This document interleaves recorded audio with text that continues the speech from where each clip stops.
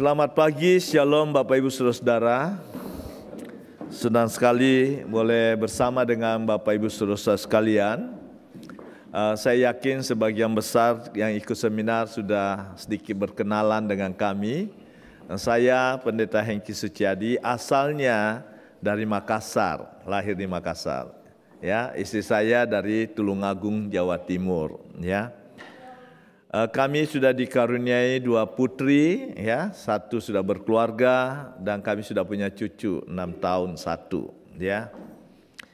Nah, Bapak Ibu Saudara-saudara yang dikasihi oleh Tuhan, saya dan istri berterima kasih sekali karena berkesempatan kali ini boleh berlibur dan juga melayani dengan saudara. Saya ingat sejak saya tamat sekolah teologi di tahun 1990, ya, saya masuk 1985 di Saat Malang. Sampai kami berkeluarga, kayaknya kali ini berlibur yang lebih lama, paling lama selama 34 tahun melayani Tuhan secara full. Biasanya perginya 3 hari, 4 hari. Kadang-kadang saya kemana, istri kemana gitu. Karena istri juga hamba Tuhan, ya. Di Hokim Tong itu satu baiknya adalah semangat itu terjaga dengan semangat keluarga Pak Tong gitu, ya. Jadi kami Senin tidak ada libur tuh, luar biasa tuh. Handphone harus 24 jam karena Pak Tong seringkali Kalip Tong suka telepon tuh tengah malam, apakah di on kan atau tidak. Tapi itu menolong kami untuk bisa menolong. Tapi itu juga tidak sehat bagi hamba Tuhan di zaman ini, ya. Seharusnya ada libur Senin, ada sabatikal, ya. Harusnya begitu, ya. Nah, Bapak Ibu Saudara-saudara yang dikasihi oleh Tuhan, terima kasih untuk hamba Tuhan, majelis yang bisa memberikan kami kesempatan, ya. Dan saat ini kami melayani di GI Hokim Tong sudah 21 tahun, ya, dan bersyukur boleh bersama. Kalau saya nanya saudara-saudara umur saya berapa, kayaknya variasi gitu, ya. Ada yang pernah nebak saya umur 70-an. Aduh, berarti muka saya kelihatan tua tuh. Ada juga yang nafsir lebih muda, saudara-saudara. Tapi ada yang juga tidak percaya saya sudah punya cucu gitu, ya. Kami punya cucu. Terima kasih Bapak Ibu Saudara-saudara, kita akan bersama merenungkan kembali firman Tuhan di dalam rangkaian Kisah Para Rasul pasal yang kedua ayat 37 sampai 47. Saya membaca 2 ayat terakhir yang sudah dibacakan tadi. Dengan bertekun dan dengan sehati mereka berkumpul tiap-tiap hari dalam bait Allah. Mereka memecahkan roti di rumah masing-masing secara bergilir dan makan bersama-sama dengan gembira, dengan tulus hati, sambil memuji Allah, dan mereka disukai semua orang, dan tiap-tiap hari Tuhan menambah jumlah mereka dengan orang yang diselamatkan. Nah, Bapak Ibu Saudara, dari teks ini saya ingin kita merenungkan dengan tema persekutuan yang hidup. Nah, Bapak Ibu Saudara, ketika kita melihat teks ini, sebenarnya kita melihat satu hal yang sangat luar biasa di dalam catatan Kisah Para Rasul, karena kita belajar bagaimana perjalanan awal gereja Tuhan. Perjalanan yang sangat tidak mudah, perjalanan yang penuh dengan tekanan, tetapi kita melihat keajaiban kuasa Tuhan yang bekerja. Maka itu sebabnya saudara-saudara, Kisah Para Rasul menjadi perenungan yang sangat mendalam bagi gereja, bahwa ketika kita mengalami tantangan, kesulitan di dalam gereja, di dalam pengembangan, seharusnya kita melihat di Kisah Para Rasul bahwa justru di dalam kesulitan dan tantangan kita bisa melihat karya Tuhan. Sebab kita tahu di dalam sejarah gereja di zaman Konstantin, ketika gereja iman Kristen itu, agama Kristen menjadi agama negara, justru disitulah kehancuran gereja. Saudara, kita tidak pernah minta berdoa supaya gereja mengalami kesulitan atau komunitas Kristen mengalami kesulitan. Tapi kita tidak pernah gentar menghadapi kesulitan. Justru di dalam kesulitan dan tantangan itulah gereja bertumbuh.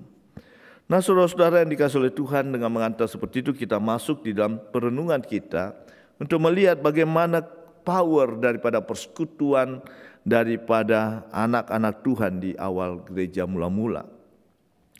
Saudara, saya ingin memulai khotbah ini dengan memikirkan kepada kita bahwa setiap perjalanan hidup kita seringkali terjadi sesuatu yang tidak terduga. Termasuk di dalam perjalanan kehidupan kita, keluarga kita. Masih terkenang bagi kita adalah peristiwa COVID-19. Saudara. Sampai hari ini saya yakin saudara-saudara yang dikasihi oleh Tuhan pasti masih bertanya-tanya, dari mana asalnya COVID itu? Ya kan? Begitu cepatnya, luar biasa menyebarnya. Kita juga bertanya-tanya mungkin dengan berbagai peristiwa yang ada. Ya. Nah, saudara-saudara yang dikasihi oleh Tuhan, sebentar.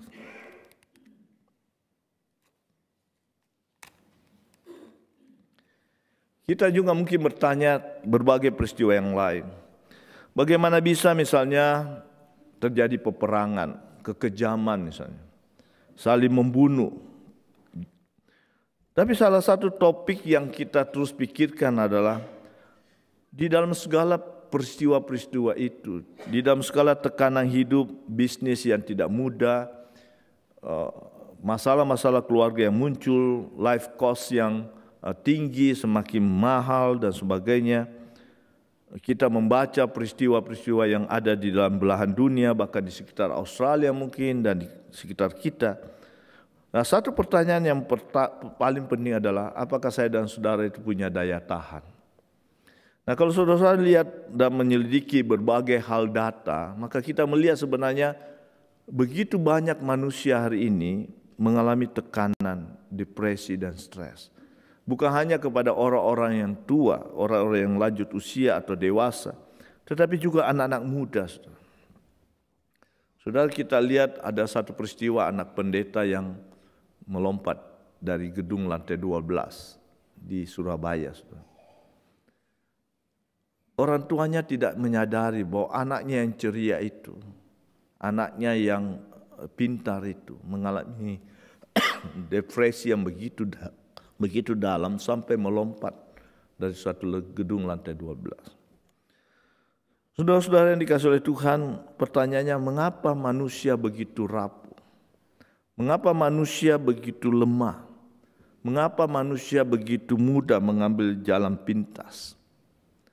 Oleh karena manusia tidak punya komunitas, tidak punya teman, tidak punya orang-orang yang bisa berbagi, saling mendoakan. Maka di gereja kami dalam 10 tahun terakhir itu kami meningkatkan gereja mencoba membangun care group. Dan saya bersyukur di sini mendengar ada 17 grup Bible study yang mempersiapkan diri untuk bisa lebih siap di dalam ibadah tiap minggu. Itu penting, saudara. Oleh karena tanpa komunitas, saudara, kita tidak bisa tidak mengakui bahwa kita itu lemah dan begitu rapuh dan setiap peristiwa yang terjadi bisa saja menimpa kita dan kita tidak bertahan. Nah, saudara-saudara, ketika kita bicara tentang daya tahan, maka saya dan saudara sadar bahwa terima kasih Bu, ada minumannya di situ ya. Terima kasih Bu.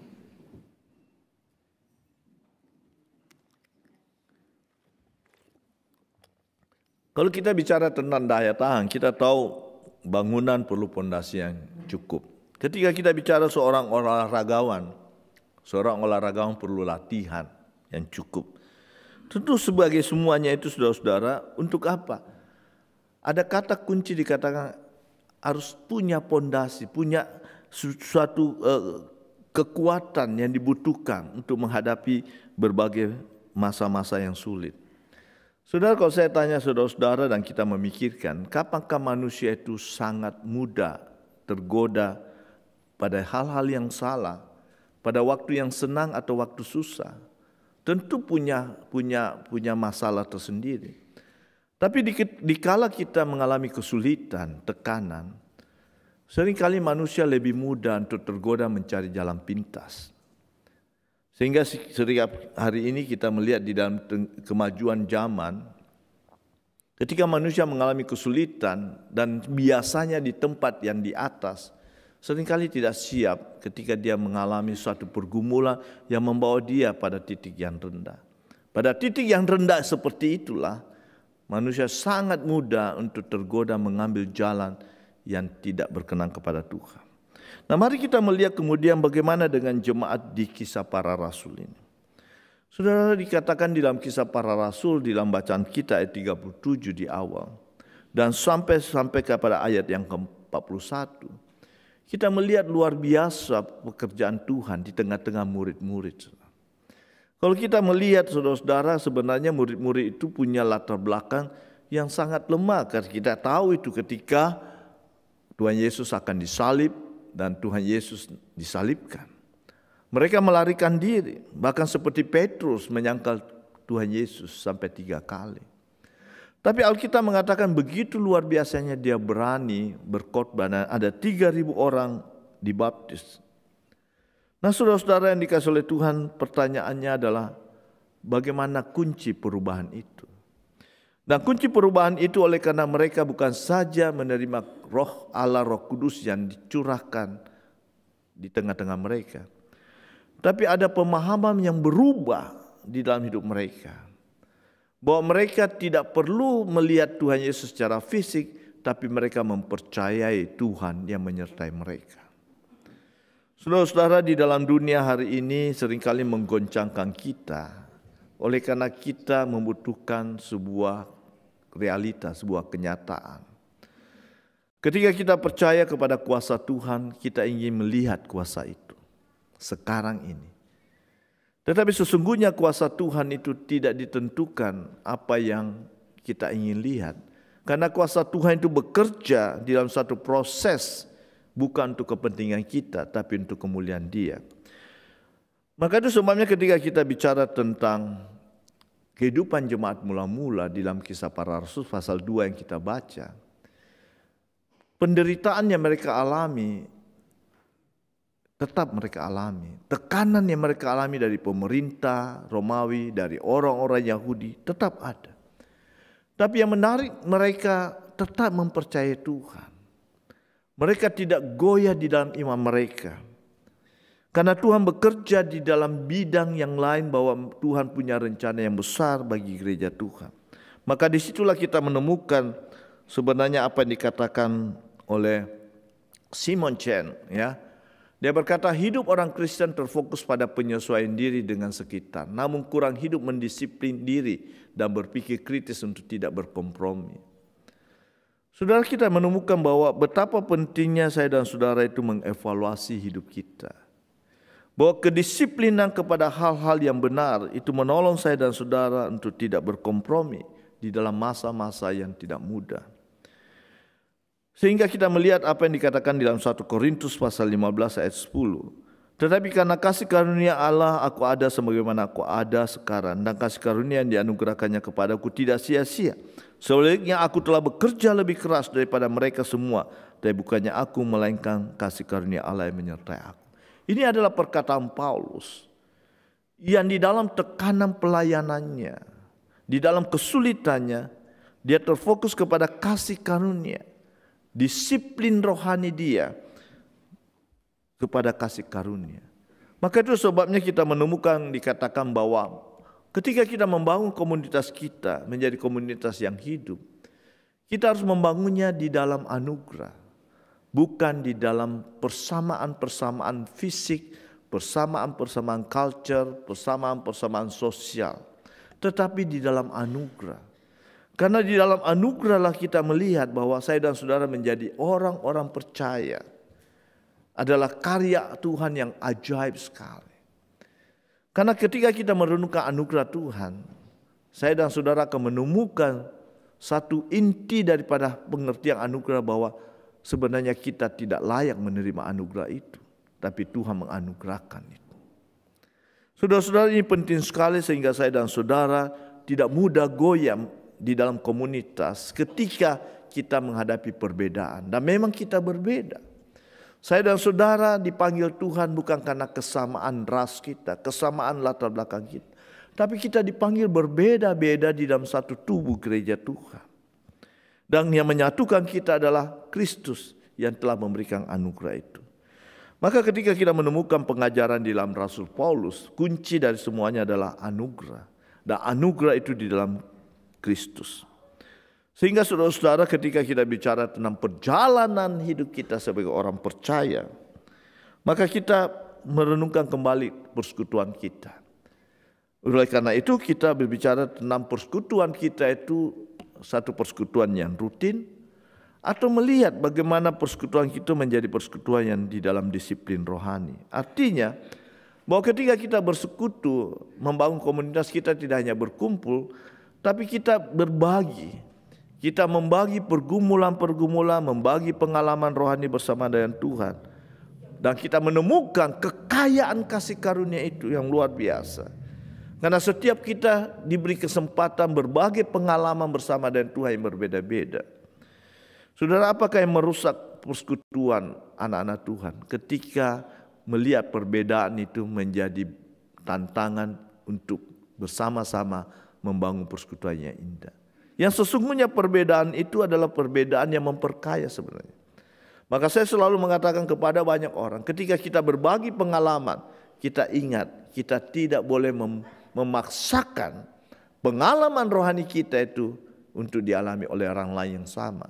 Begitu kita memaksakan, sebenarnya kita sudah membatasi Tuhan yang berkarya di dalam hidup kita.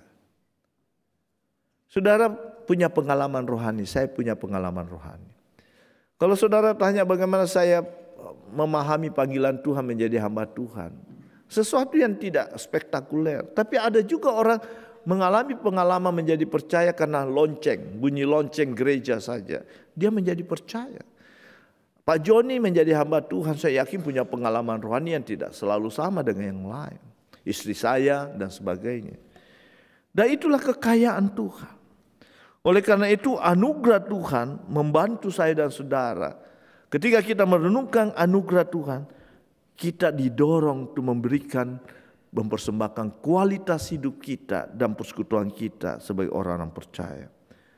Maka ketika kita berkumpul, kita bersekutu, kita tidak berkumpul sekedar secara rutin, tapi ada nilai, ada value yang membawa saya dan saudara harus bergerak mendisiplinkan diri di dalam anugerah.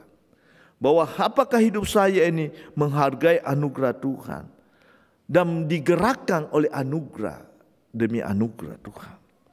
Nah saudara-saudara, seorang yang bernama Dallas Willard berkata begini, disiplin merupakan kegiatan apapun untuk mencapai kekuatan yang kita sertakan, agar memampukan kita melakukan apa yang tidak dapat kita lakukan dengan tindakan langsung.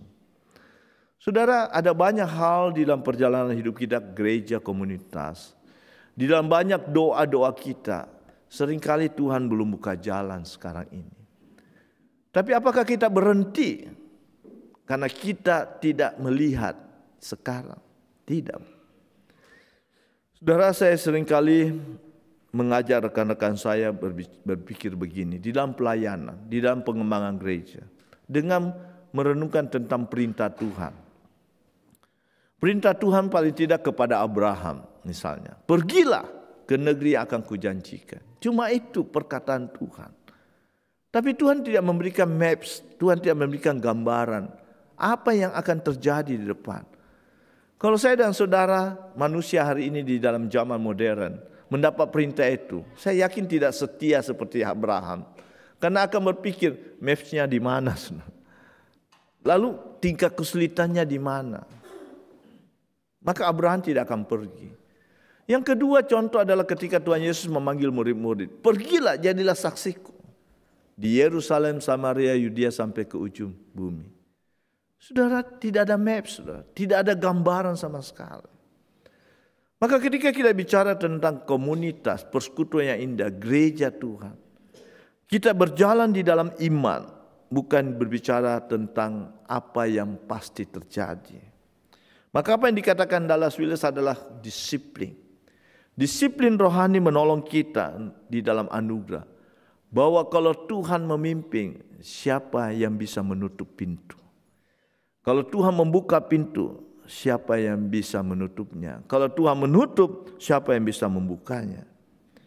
Saudara-saudara, maka kita melihat beberapa hal di dalam teladan jemaat mula-mula.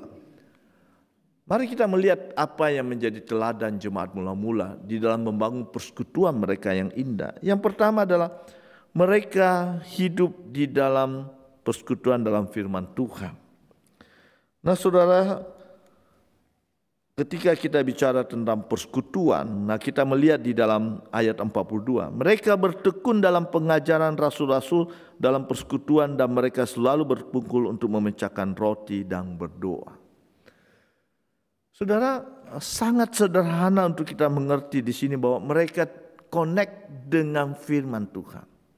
Persekutuan mereka connect dengan apa yang Tuhan anugerahkan di dalam hidup mereka dengan gambaran memecahkan roti.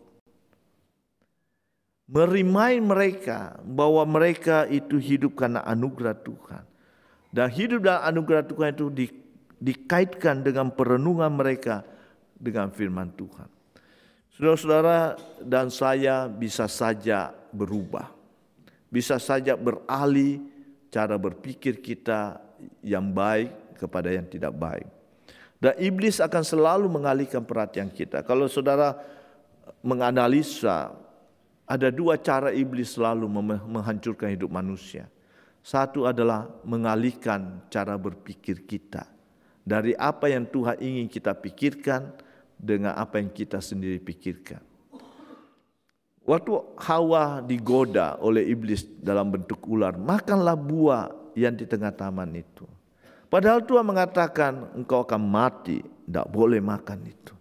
Tapi iblis mengatakan makanlah karena engkau akan sama seperti Allah.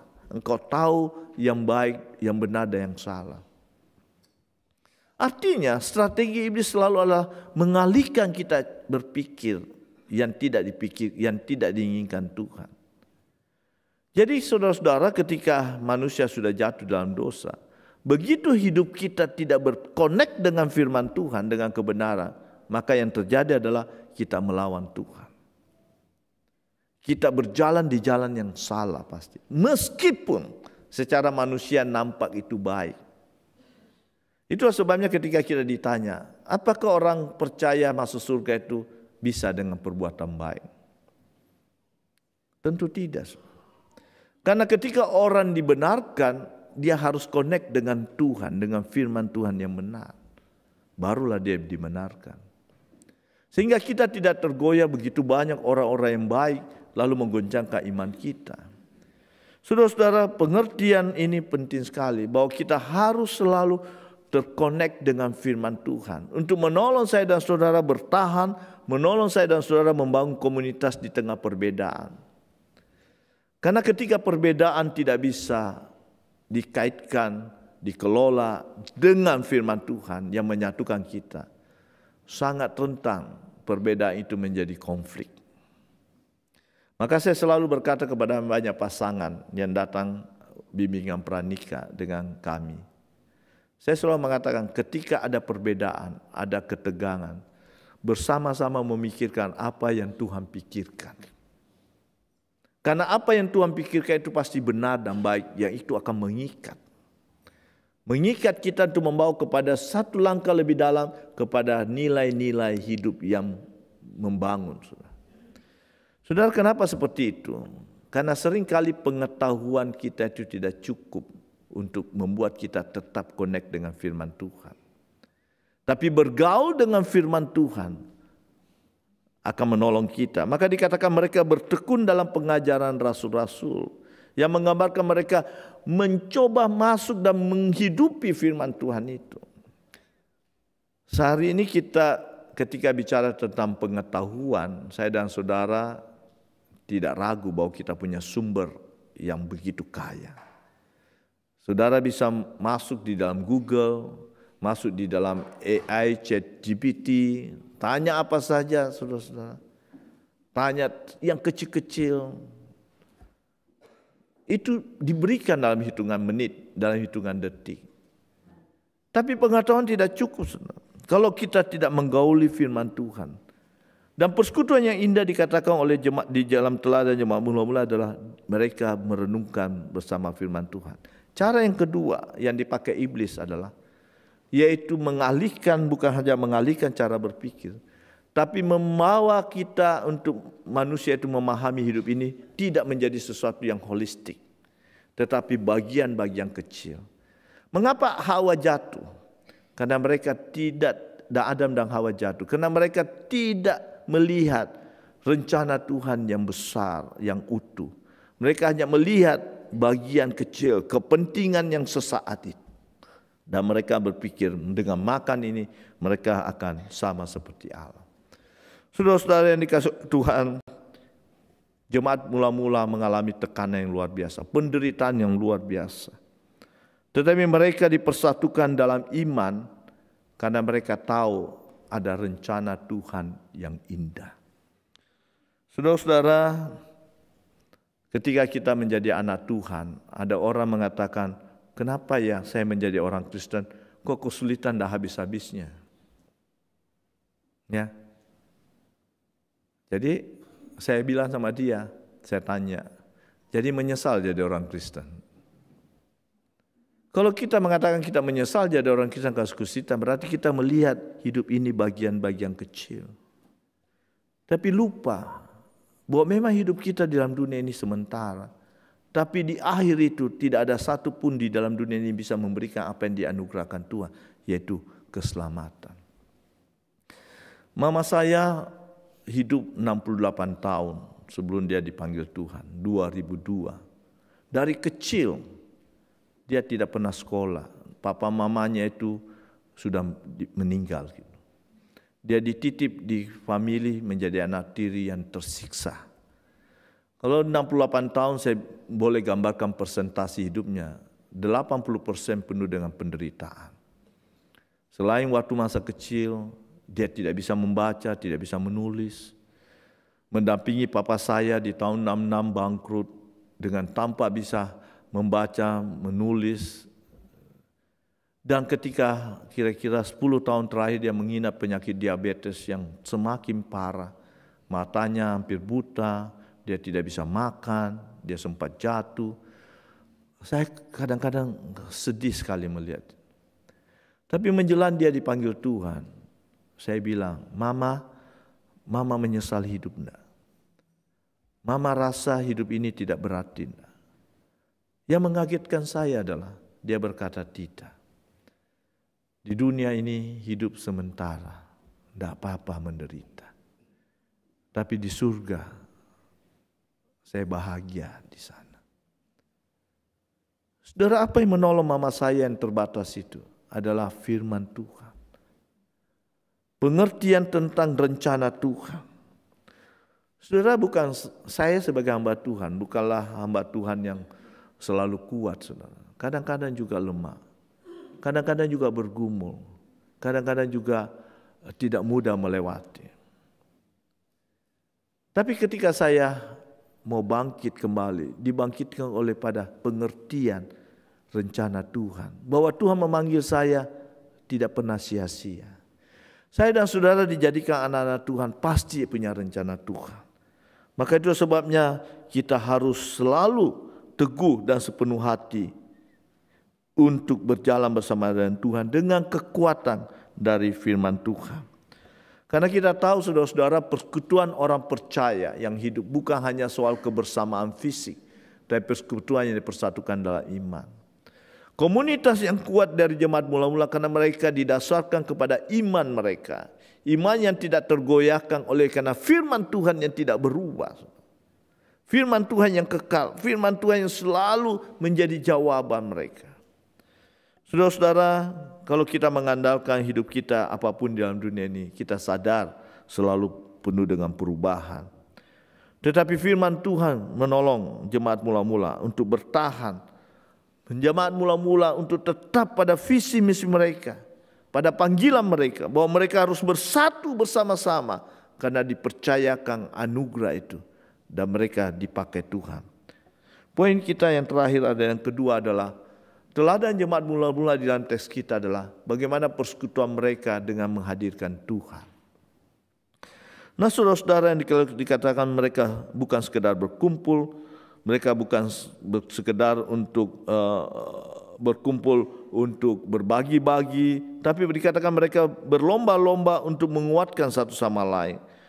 Apa arti mereka memecahkan roti? Saudara, memecahkan roti Dan hari ini kita menerima roti dan anggur perjamuan kudus. Tujuannya adalah mengingatkan kita kepada kasih Tuhan, pengorbanan Tuhan. Sehingga ketika kita melihat dan merenungkan pengorbanan Tuhan, saya dan saudara pasti ingat bahwa Dia adalah Allah yang menjadi manusia. Dia adalah Allah yang tidak bergantung kepada siapapun, yang kuasanya tidak tertandingi.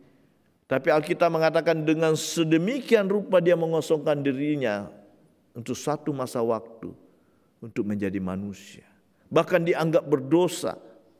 Sebenarnya Dia tidak berdosa. Dia dihina. Maka ketika kita bicara tentang persekutuan yang hidup, maka kita melihat sebenarnya persekutuan yang hidup itu adalah bukan hanya berkumpul, tetapi dikatakan saling berbagi kehidupan satu sama lain. John Stott berkata, saling berbagi dengan kasih Tuhan. Komunitas orang Kristen yang hidup adalah komunitas yang berbagi. Maka kita melihat kalimat-kalimat yang nampaknya ekstrim. Setiap orang berbagi milik mereka sendiri. Kepunyaan mereka menjadi kepunyaan bersama. Kalimat itu tentunya sesuatu yang indah dalam arti mereka tidak mementingkan diri sendiri di dalam komunitas itu. Tapi mereka berbagi apa yang mereka bisa bagi. Saudara, ayat 44 sampai 45. Dikatakan semua orang yang telah menjadi percaya tetap bersatu dan segala kepunyaan mereka adalah kepunyaan bersama. Dan selalu dari mereka menjual harta miliknya, lalu membagi-bagikannya kepada semua orang sesuai dengan keperluan masing-masing. Maka kita melihat bahwa Allah sebenarnya ingin saya dan saudara itu Allah ingin menggunakan orang lain untuk menolong kita, memastikan bahwa kita melakukan komitmen yang telah kita buat di hadapannya. Persekutuan kita yang hidup itu, ketika kita saling berbagi, sebenarnya kita saling mengingatkan bahwa saya dan saudara itu memiliki saudara seiman. Tuhan masih memelihara. Jadi sebenarnya ketika kita saling berbagi di dalam komunitas yang indah itu, sebenarnya Tuhan sedang memakai orang lain untuk mengingatkan kepada kita janji kita di hadapan Tuhan. Saudara-saudara yang dikasihi oleh Tuhan, maka kita melihat apa yang dikatakan Dietrich Bonhoeffer, persekutuan Kristen diciptakan oleh Allah di dalam Kristus. Kita menerima dan berpartisipasi di dalamnya dengan segala kelemahan kita. Saudara-saudara yang dikasihi oleh Tuhan, saya dan saudara diselamatkan bukan karena kita hebat, bukan karena kita pintar. Kadang-kadang saya merenungkan hidup saya, saudara, ya. Selalu mencoba mencari jawaban, apa reason Tuhan memanggil saya? Apa ada sesuatu di dalam diri saya Tuhan panggil? Saya menemukan tidak ada apa-apa sebenarnya. Tidak ada sesuatu yang bisa diandalkan. Ada masih banyak orang lebih hebat, lebih pintar. Sebab saya main gitar aja tidak bisa-bisa, saudara. Ya kan? Pak Joni bisa main gitar. Saya enggak bisa, saudara. Belajar sama siapapun enggak bisa. Saya juga heran. Kenapa enggak bisa main gitar? Ya. Sudah belajar banyak kakak tingkat sama orang, tetap enggak bisa. Belajar vokal tetap nyanyinya. Aduh, cucu saya sampai bilang, Yeye, udah jangan nyanyi Yeye, salah. Saya juga sempat frustasi tuh. Masa Tuhan panggil saya jadi hamba Tuhan, nyanyi aja enggak bisa. Gitu. Maka yang paling takut saya sebenarnya mimpi pujian, saudara. Apalagi kalau pemain pianonya mainnya luar biasa. Saya selalu katakan, kasih tanda masuknya bait kedua. Gimana? Itu sebabnya yang paling saya takut, saudara, mimpi kebaktian kedukaan, saudara. Kalau kebaktian kedukaan saya tahu ini bukan keluarga besar. Saya selalu bilang sama istri saya, harus datang. Mulai masuk dulu suaranya, kalau tidak bisa fatal tuh kebaktian. Tapi saudara-saudara, saya tahu saya dipanggil Tuhan. Dan ketika saudara juga merenungkan siapa saudara sebenarnya yang diberikan anugerah sampai hari ini, kita tidak menemukan jawaban yang cukup sebenarnya. Maka itulah sebabnya saudara-saudara yang dikasihi oleh Tuhan, Ketika kita melihat komunitas kita yang hidup, kita sebenarnya adalah orang-orang yang lemah, yang perlu orang lain untuk saling menguatkan. Sehingga kerajinan kita membangun komunitas itu sangat tinggi. Karena saya dan saudara membutuhkan orang lain membutuhkan kehadiran kita. Itulah kekuatan. Maka kita melihat di dalam jemaat mula-mula, meskipun menderita, mereka tetap berkumpul. Mereka memecahkan roti karena mereka mau ingat akan kasih Tuhan yang sudah mati di kayu salib. Kenapa saudara? Karena di dalamnya ada logika yang sangat jelas. Kalau Tuhan rela mati di kayu salib dengan perkara yang terbesar yaitu dosa, maka apakah Tuhan akan membiarkan mereka berjalan di dalam penderitaan dan kesulitan dengan sendiri? Tentu tidak. Mengerti logikanya saudara? Logika yang lebih masuk lagi adalah kalau saya sebagai orang tua, anak saya sakit keras, keluarga saya sakit keras, saya berjuang untuk mengobatinya, menjual harta dan sebagainya, apa yang bisa dilakukan. Tiba-tiba dia batuk saja, saya tidak mau belikan dia obat. Kan tidak masuk akal tuh. Tidak logis. Tuhan Yesus mati di kayu salib untuk saya dan saudara. Pengorbanannya begitu besar. Apakah dia akan biarkan kita di dalam kesulitan, di dalam pergumulan, di dalam masalah? Tentu tidak. Dan ketika jemaat mula-mula datang dalam persekutuan dengan Tuhan, di dalam dasar firman Tuhan, di dalam perenungan kasih Tuhan, mereka saling menguatkan. Dan Tuhan berkata, firman Tuhan, tiap-tiap hari Tuhan menambahkan banyak orang di tengah-tengah mereka. Pertanyaannya, kenapa? Karena mereka melihat komunitas itu. Persekutuan itu bukanlah persekutuan yang saling mementingkan diri sendiri. Persekutuan yang dipersatukan. Saudara, saya yakin di Australia juga, di negara lain, semakin maju sebuah negara, sebuah tempat, semakin tergoda manusia semakin egois, semakin mementingkan diri sendiri. Terlebih ketika ekonomi susah, biaya hidup tinggi, saya dan saudara akan selalu tergoda untuk memikirkan diri sendiri aja tidak cukup. Bagaimana bisa berbagi? Tapi mereka dikatakan berbagi karena mereka merasakan justru di dalam persekutuan yang indah itu mereka berbagi. Orang lain melihat, wow, luar biasa. Di dalam penderitaan mereka bisa berkumpul, mereka tetap sukacita, mereka tetap kuat, mereka saling berbagi. Wah, ini pasti ada sesuatu. Ada power yang melampaui logika, power yang melampaui kebiasaan. Dan itu menarik anak-anak orang lain datang kepada Tuhan. Dan saya yakin ketika kita membangun persekutuan kita yang indah dengan power seperti itu, dengan pengertian itu, kita akan dipakai Tuhan. Yang terakhir kutipan saudara. Perubahan dan pembaruan kehidupan merupakan sebuah kenyataan, bukan sekedar sebuah komitmen dan cita-cita. Saudara, mari kita memikirkan kembali kehidupan kita, komunitas kita. Kita harus selalu mengalami transformasi, mengalami perubahan, pembaruan.